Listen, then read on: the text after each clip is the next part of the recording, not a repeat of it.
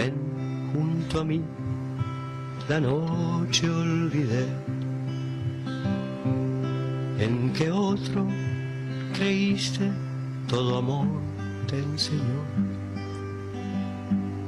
Y olvidado también aquel verano cruel en que tú no sabías la razón de existir.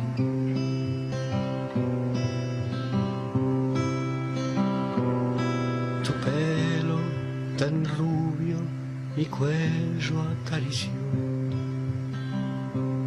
¿Y por qué todo esto ocurría entre los dos? Mi mano en tu pecho, corazón excitado. Bueno, perdón Eduardo, pero teníamos que cortar la canción para seguir la entrevista. Darno, querido. Hay por allí, crack. sí, hay por allí unas palabras tuyas en una entrevista donde contás que estudias ingeniería y que dejaste la carrera por el Darno, es decir, por dedicarte a trabajar como representante, como manager con el Darno, pensando que... Fueron años increíbles. Yo creía que el Darno para mí es un artista grande. Es decir, era de esos artistas. Su obra sigue siendo increíble, pero era de esos artistas que pisaba el escenario y tenía estrella. Era un gran artista, una sensibilidad increíble. Y yo tenía una gran admiración por él. Y allá en el 86, 87, que en Casa de la Guitarra, que era un lugar donde nos reuníamos, y allí se reunía el sótano, que eran Drexler, Bordoni y toda aquella barra, Eric Cuates, nosotros reuníamos a algunos poetas amigos, y ahí conocí al Darno. Y después, en esos años, él estaba preparando, empezaba a grabar El Trigo de la Luna, que fue su último disco como obra, un disco brutal también. Y yo sentía que si lograba extender aquella sensibilidad de aquellas canciones iba a ser la revolución. Y así, y eso iba a cambiar el mundo. Pero tienes razón. Y dejé la facultad porque no me iba bien salvé al final el análisis 2, que era el filtro aquel tremendo de la Facultad de Ingeniería de aquellos años del ciclo básico, y dejé la carrera, abandoné la carrera por ser el productor del Darno y construía guitarras, y salimos así a monte. No, digamos que más allá del afecto y de la convicción, nadie en su sano juicio te diría que eso era un buen negocio, ¿no? No, o nadie, que ibas a encontrar un medio de vida. Nadie. Imagínate cuando le dije a mi padre. No, pensé que te lo estaba por preguntar. Imagínate lo que fue. Estamos hablando de qué año, 83. 87. En el 83 entré en la Facultad de Ingeniería. 86, 87 por ahí, tenía 20 y poco. Y trabajé con el Darno 5, 6, 7 años, no sé, hice una amistad tremenda. Después fue uno primero mentor, ¿no? El Darno era un gran... todos conocen una cara a veces un poco oscura del Darno, sobre todo del final, de cuando se inundó en alcohol. Yo empecé con el Darno tomando café y él lavaba los platos. Siempre lo cuento y me dicen, me estás jodiendo. Como cuando decís que era un tipo con un gran sentido del humor, por ejemplo. Un gran sentido del humor y un gran intelectual. Es decir, él me daba libros y discos y me decía, tenés que leer esto y escuchar esto. Fue un gran maestro. Sí. Era muy generoso en todo eso que tenía que ver con la cultura. Y subía al escenario y tenía esa estrella que tienen los grandes artistas, cuando pisan el escenario y se transforma el mundo, ¿no? Ese universo se transformaba, y eso de verdad pasaba con el Darno. Hicimos un buen trabajo, hicimos un buen equipo, con los músicos, con los técnicos, con todo el equipo de producción, que creo que hicimos un buen trabajo y llegamos lejos con el Darno, que nunca quería cruzar el Río de la Plata ni los límites de Montevideo, y siempre era una lucha ir a La Paz a hacer un concierto. Estaba semanas para convencerlo. Una vez lo llevé a Buenos Aires, aunque sea increíble, y fue bárbaro, fue lindo y no sé qué, pero a la vuelta me dijo, nunca más, nunca, no quiero ir más a Buenos Aires. Bueno, pero eso fue tu primer trabajo como gestor cultural. Sí. En realidad era antes de... Ahí tuve un primer socio que fue Carlitos Peláez. Entonces yo ayudaba con canciones, es antigua Roma, ¿no? Sí, totalmente. Hacía de asistente de canciones para no dormir la siesta, y él me ayudaba a mí con la producción del Darno, y hicimos como una sociedad. Pero en realidad antes, yo creo que la gestión cultural para mí empezó en hacer FEU, y en aquellos años... En la Semana del Estudiante. En la Semana del Estudiante, y en los candombailes aquellos que organizábamos, y en aquellas cosas que yo tengo la suerte que me tocó bien de gurí. Tenía 18 años, entonces fue como no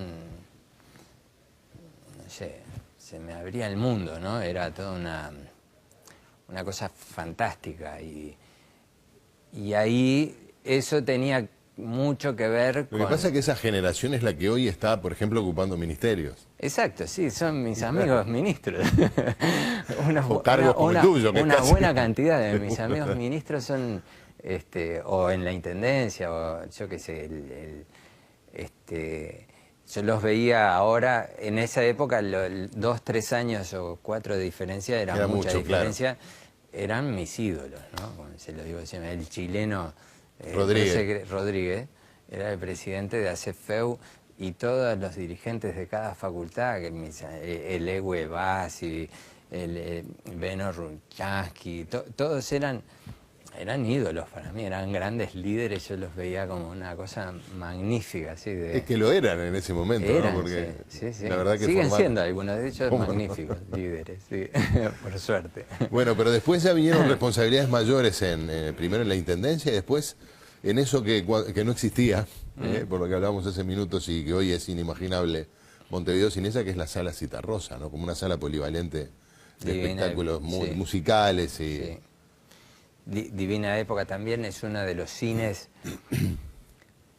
que se reconvirtió de vuelta, ¿no? Es decir, que recuperamos. Es un ejemplo lindo, porque el Cine Rex, ¿te acordás? Era una feria del Rex, y eran intrusos, además, que fue una cosa re linda recuperar ese cine, hacer esa reforma, y hoy cumple 14 años ya la Sala Citarrosa,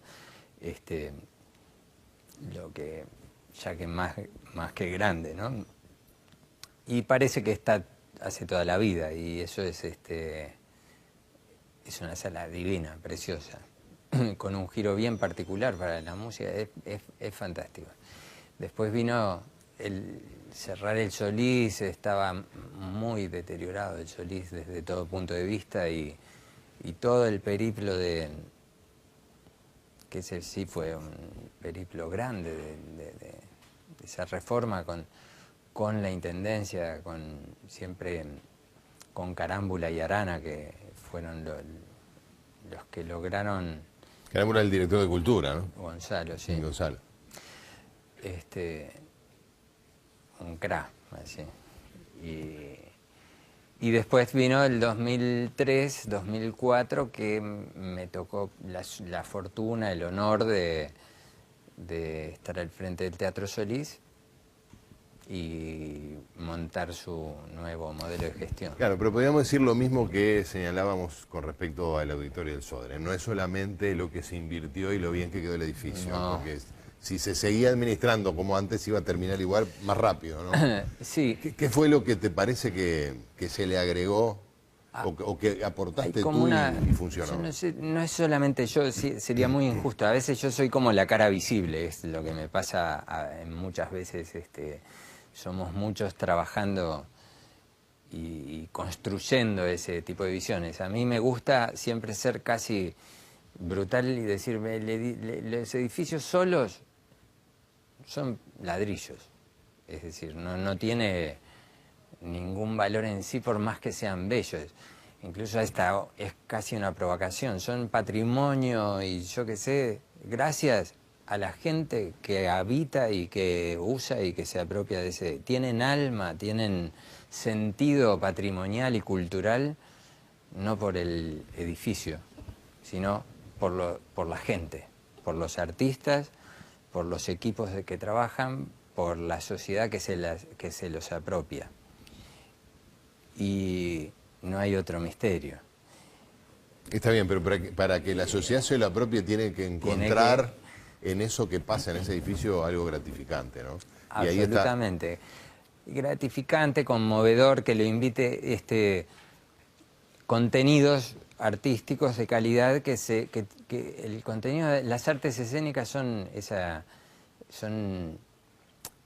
una manifestación, un ritual profundamente humano.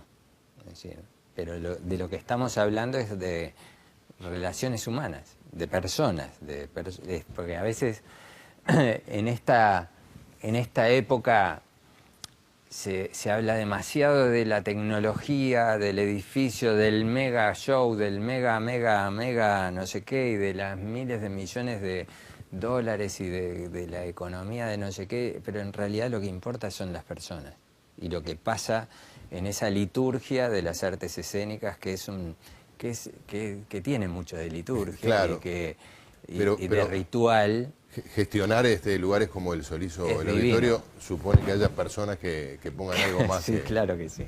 De eso un vínculo laboral, ¿no? Que pongan el corazón. Sí, la gestión cultural tiene siempre una cosa adicional, que no es solamente pongo tantas horas por tal salario, sino que tiene una paga y un compromiso que es mucho más allá de lo laboral. Es inevitable, porque habla de esto, de relaciones humanas.